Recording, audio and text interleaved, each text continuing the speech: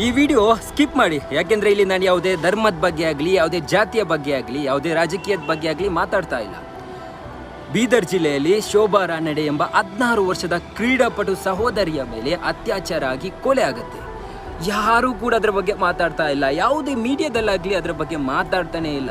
ನಿನ್ನೆ ಮೊನ್ನೆ ವಿಧಾನಸಭಾ ಚುನಾವಣೆ ನಡೆದು ಅಲ್ಲಿಯ ಮುಖ್ಯಮಂತ್ರಿಗಳಾಗಿ ಪ್ರಮಾಣ ವಚನ ಸ್ವೀಕಾರ ಮಾಡುವಂಥದ್ದು ಇಡೀ ದಿನ ಎಲ್ಲ ನ್ಯೂಸ್ ಚಾನೆಲ್ಗಳಲ್ಲಿ ಬರ್ತಾ ಇತ್ತು. ಆದರೆ ಒಂದು ಹುಡುಗಿಯ ಮೇಲೆ ನಮ್ಮದೇ ರಾಜ್ಯದಲ್ಲಿ ಆಗಿರುವಂತಹ ಒಂದು ರೇಪ್ ಆ್ಯಂಡ್ ಮರ್ಡರ್ ಬಗ್ಗೆ ಯಾವುದೇ ಚಾನಲಲ್ಲಿ ಬರ್ತಾ ಇಲ್ಲ. ಅದರ ಬಗ್ಗೆ ಯಾವುದೇ ಚರ್ಚೆಯೂ ಆಗ್ತಾ ಇಲ್ಲ.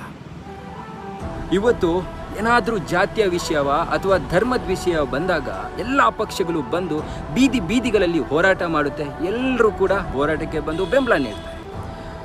ಆದರೆ ಒಂದು ಸಹೋದರಿಗೆ ರೇಪ್ ಆಗಿದೆ, ಅವಳು ಮರ್ಡರ್ ಆಗಿದ್ದಾರೆ, ಯಾರು ಕೂಡ ಮಾತಾಡ್ತಾ ಇಲ್ಲ. ಇನ್ನು ಕೆಲವೊಬ್ರು ಸ್ಟೇಟಸಲ್ಲಿ ರಿಪ್ ನ್ಯಾಯ ಸಿಗಲಿ ಅಂತ ಸ್ಟೇಟಸ್ ಹಾಕ್ತಾರೆ.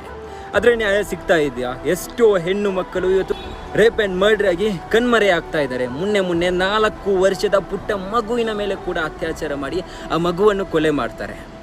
ಎಲ್ಲಿ ನ್ಯಾಯ ಸಿಗ್ತಾ ಇದೆ? ಇವತ್ತು ರೇಪ್ ಆ್ಯಂಡ್ ಮರ್ಡರ್ ಮಾಡುವವರಿಗೆ ಸರಿಯಾದ ಶಿಕ್ಷೆ ನೀಡಿದಿದ್ದರೆ ಎಷ್ಟೋ ರೇಪ್ ಆ್ಯಂಡ್ ಮರ್ಡ್ರನ್ನು ನಾವು ತಡೆಯಬಹುದಾಗಿತ್ತು. ಕಂಡಲ್ಲಿ ಗುಂಡಿಟ್ಟು ಸಾಯಿಸಿದರೆ ಮಾತ್ರ ಇಂತಹ ಸಾವುಗಳನ್ನು ನಾವು ತಡೆಯಬಹುದು. ಪ್ರತಿಯೊಬ್ಬರು ಪ್ರತಿಭಟನೆ ಮಾಡಿದರೆ ಖಂಡಿತ ಆ ಥರ ಒಂದು ಕಾನೂನು ಬಂದೇ ಬರುತ್ತೆ.